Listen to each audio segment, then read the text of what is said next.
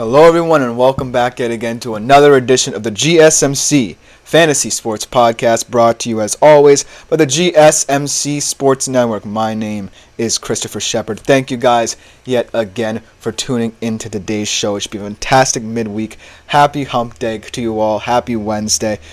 And for all you fantasy football heavy heads, this show is going to be for you. We start off today's show talking about kind of how to maximize the value. So if your drafts are coming up, maximizing the value specifically of your draft position, whether you are a high round draft pick or you're picking in the middle of the round, through rounds 1 through 2, I've got you covered on some of the guys who can be those value picks for you coming up. Then I'm also going to be looking at some hidden gems per round, rounds 1 through 4, and then also I'm going to be breaking down some of the tiers in certain position groups, starting off with the QBs and running backs and finishing off with some really deep sleepers. Those are the guys who you are probably going to be taking flyers on if you are that brave to in the latter stages of the rounds. But before we begin, as more people come into this live stream, I do want to remind all those that will be watching the show that if you do feel so inclined, this show is meant to be based around you. So please make sure to avail yourselves to the super chat, super thanks, and super stickers. All of these new uses now that we are a YouTube live show that will greatly support me, my fellow podcasters, and ultimately the network as a whole. So anything you do, whether it be leaving a message in the chat, a burning question, comment, or concern, even a fantasy trade. We got a fantastic one yesterday that I analyzed for him. We will do everything to make sure that your viewing experience is great, and we want to keep you around as our faithful audience. So anything greatly appreciated using these super chats, super thanks, and super stickers that are available on YouTube. But without further ado, let us jump right into today's show, starting off with our first segment of the day being that maximizing value pick right here. And so what with the advent of fantasy football drafts is starting to come hot and heavy, drafting has always been seen as a certain philosophy concerning picks. But I want to warn you that while it feels good to have, say, the number 1 pick or a pick 1 through 3 where you know it's basically chalk going forward with those picks, it's better to have a plan in terms of adding value. So it's not just, I'm picking a high-end guy who I know will be a high draft pick, but also maximizing that draft pick so I don't look silly by being the number 1 pick but not having a good team around that number 1 pick. So for rounds 1 through 2, I'm going to have you covered with some guys and with a plan, most importantly, that will set you up for success in your fantasy draft. So let's start off with the number 1 overall pick. And you should feel good if you have the number 1 overall pick, because you are probably getting the best all-purpose player in fantasy terms. Christian McCaffrey, Run CMC, the consensus favorite, obviously led fantasy in points per game last year, and in terms of running backs, 100.8 points more than any other running back in fantasy last year.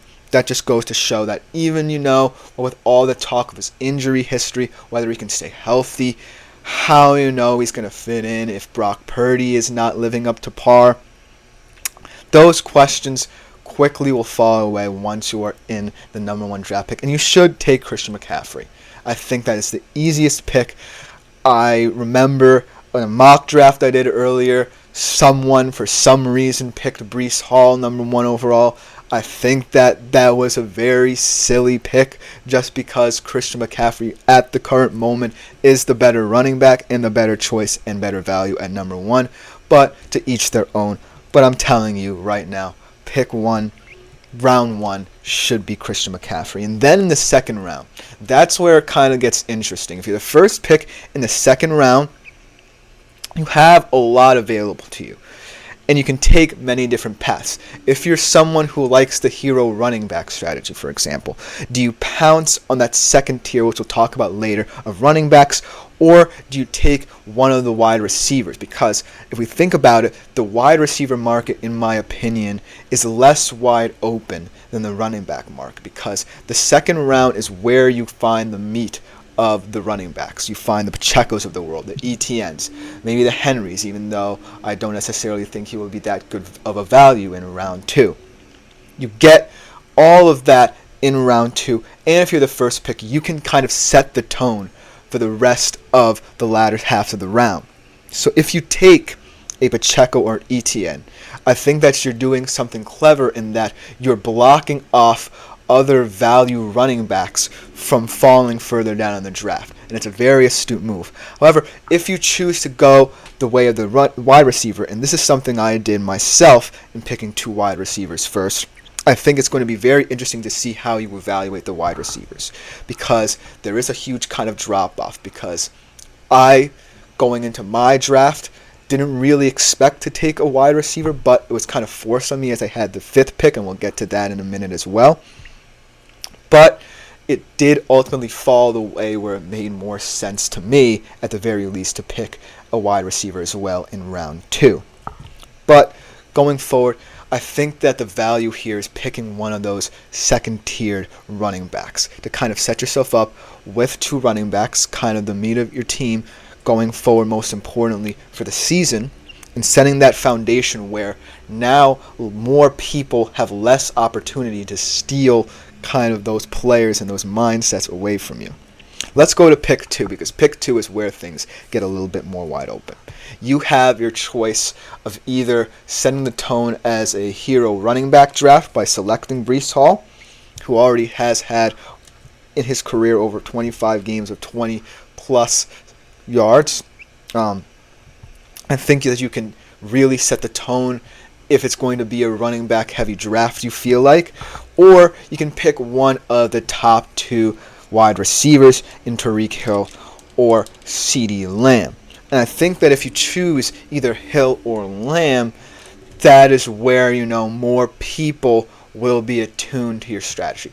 So I think picking Breece Hall here would be the biggest move moving forward for you, because it sets the tone that the running back market, will get pretty much swallowed up before the end of the second round pretty quickly.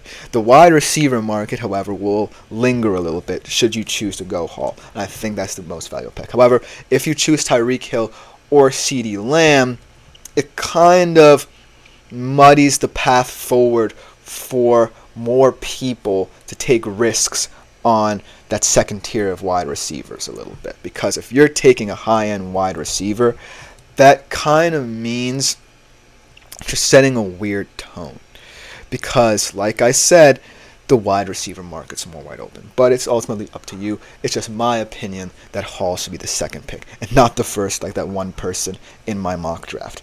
Then we get to pick 3. That's where you open up. That's where you could finally start to think about wide receivers as well, because it makes a lot of sense. The top 2 running backs are off the board. You don't necessarily want to jump the gun and take a guy kind of in the second tier of running backs just yet. So you go for a CeeDee Lamb or a Tyreek Hill. I was saying Lamb.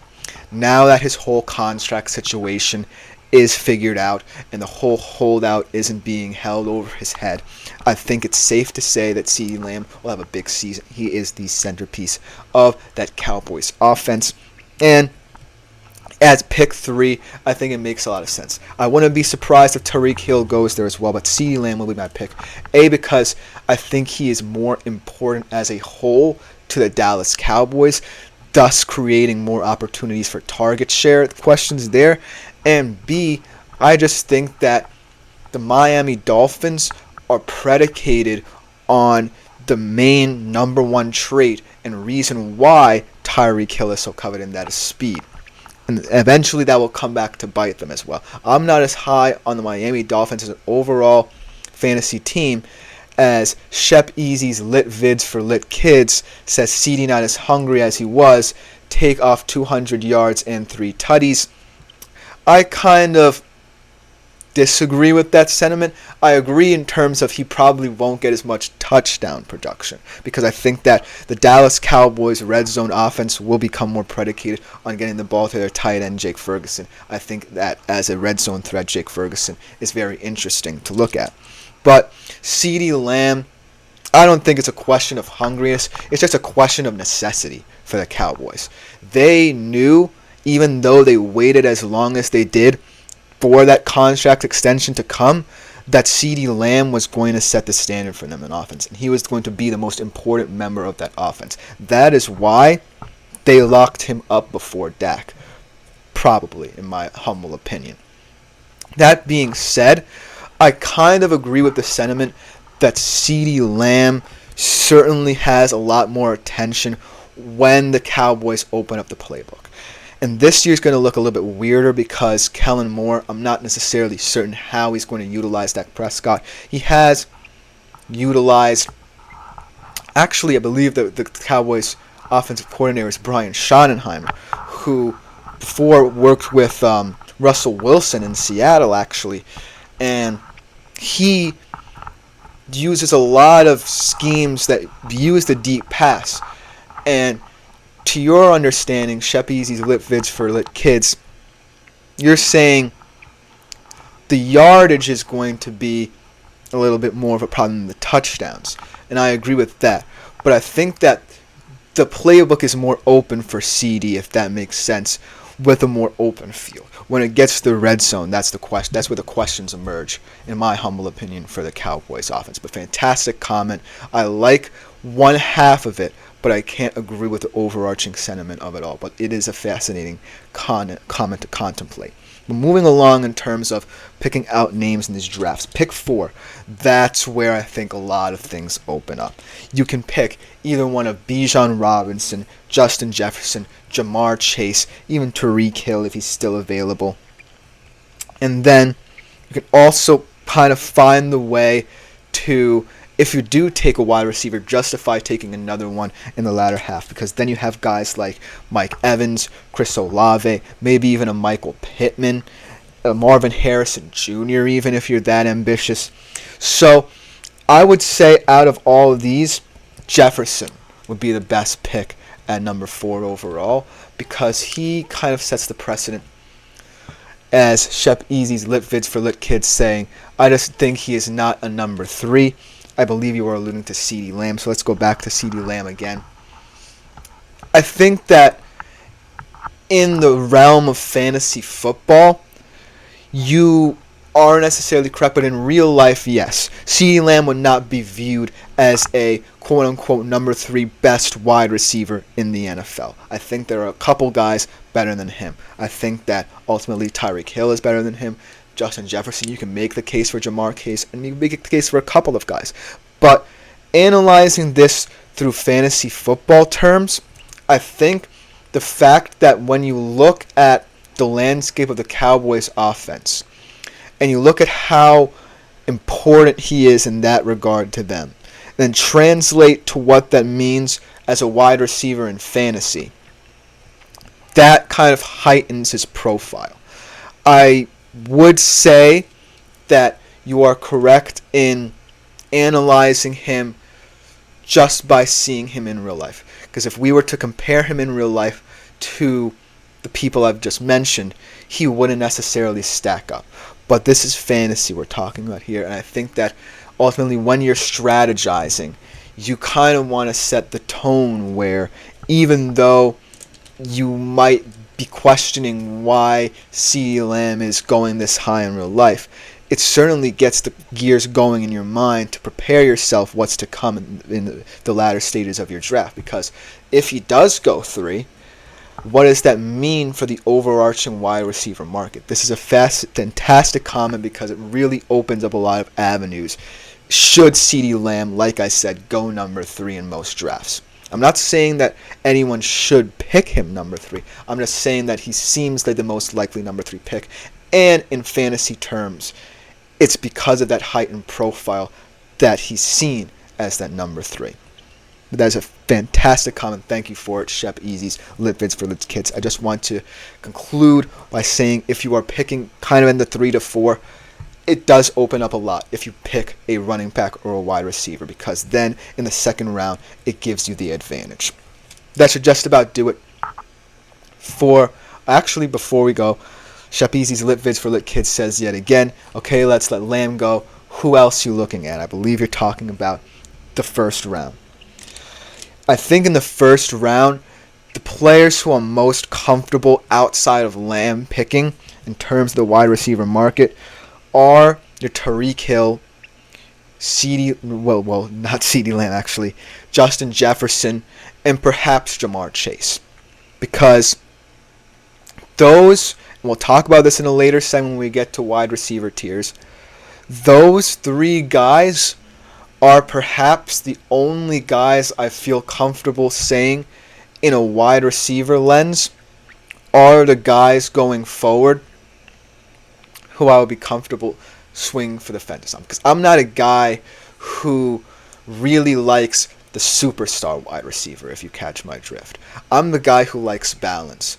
So, for example, let me give you my top two receivers, the guys who I picked 1 and 2 respectively in back-to-back rounds. My picks were Amon-Ra St. Brown and Garrett Wilson. Those are two guys who you wouldn't necessarily call superstars, right? But they're guys who add balance to your team. They add value to your team. Amon-Ra St. Brown, he's still a fantastic wide receiver. First team All-Pro last year.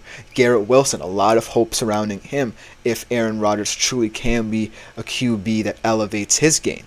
So it's all about finding balance. That being said, there are some people who like that superstar level. They go for the Tyreek Hill. They go for the Justin Jefferson. It's all about how you view these guys. I view it from a sense of, okay, if I'm kind of in a position where I have to pick a wide receiver, I'm not going to swing for the fences. I want to get the most balance I can out of the position. But also I'm looking at it from a lens of, okay, if I were in, say, a position like a third or fourth pick, I could be convinced that I should take Jefferson, because I would probably look silly if not. But since I was the fifth pick, I said, okay, I can take someone like an Amon-Ra St. Brown. He's still going to get me a lot of points, and then strategize for the latter half of the draft, if that makes a lot of sense. I really like that question. Thank you for it. But that should just about do it for this segment.